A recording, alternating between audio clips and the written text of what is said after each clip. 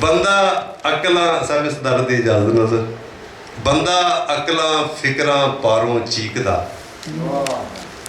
ਬੰਦਾ ਅਕਲਾਂ ਫਿਕਰਾਂ ਪਾਰੋਂ ਚੀਕਦਾ, ਲਿਖਿਆ ਪੜ੍ਹਿਆ ਝੇੜਾ ਪਿਆ ਵਧੀਕ ਦਾ, ਲਿਖਿਆ ਪੜ੍ਹਿਆ ਝੇੜਾ ਪਿਆ ਵਧੀਕ ਦਾ, ਤੇ ਪ੍ਰੇਮ ਕਹਾਣੀ ਪਾਗਲਪਨ ਉਲੀਕਦਾ, ਤੇ ਮੈਂ ਵਿੱਚ ਮੈਨੂੰ ਸੱਚਲ ਯਾਰ ਉਡੀਕਦਾ, ਮੈਂ ਵਿੱਚ ਮੈਨੂੰ ਸੱਚਲ ਯਾਰ ਉਡੀਕਦਾ।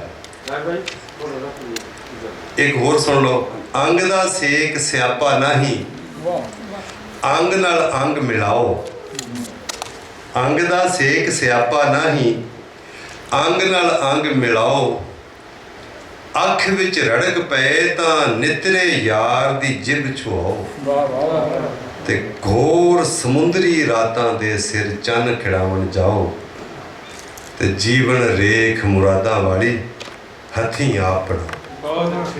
ਤੇ ਹੁਣ ਅਸੀਂ ਅੱਗੇ ਵਧਦੇ ਹਾਂ। ਮੈਨੂੰ ਤੁਸੀਂ ਦਾਦ ਵੀ ਦੇ ਸਕਦੇ ਹੋ ਚੰਗੀ ਤਰ੍ਹਾਂ, ਤਰਲਾ ਹੀ ਹੈ ਗਰੀਬ ਆਦਮੀ, ਕਿਉਂਕਿ ਸ਼ਾਇਰੀ ਮੁਸ਼ਾਇਰੀ ਹੁੰਦੀ ਤਾਂ ਤੁਸੀਂ ਦੇ ਛੱਡਣੀ ਸੀ ਦਾਦ, ਸ਼ਾਇਰੀ ਤਾਂ ਜ਼ਰਾ ਮੁਸ਼ਕਿਲ ਹੀ ਹੈ। ਉਹ ਕੰਨਾਂ ਨਾਦਰ ਜੀ ਕਹਿੰਦੇ ਸਨ ਸ਼ਾਇਰੀ ਔਰ ਮੁਸ਼ਾਇਰੀ ਦਾ ਫਰਕ।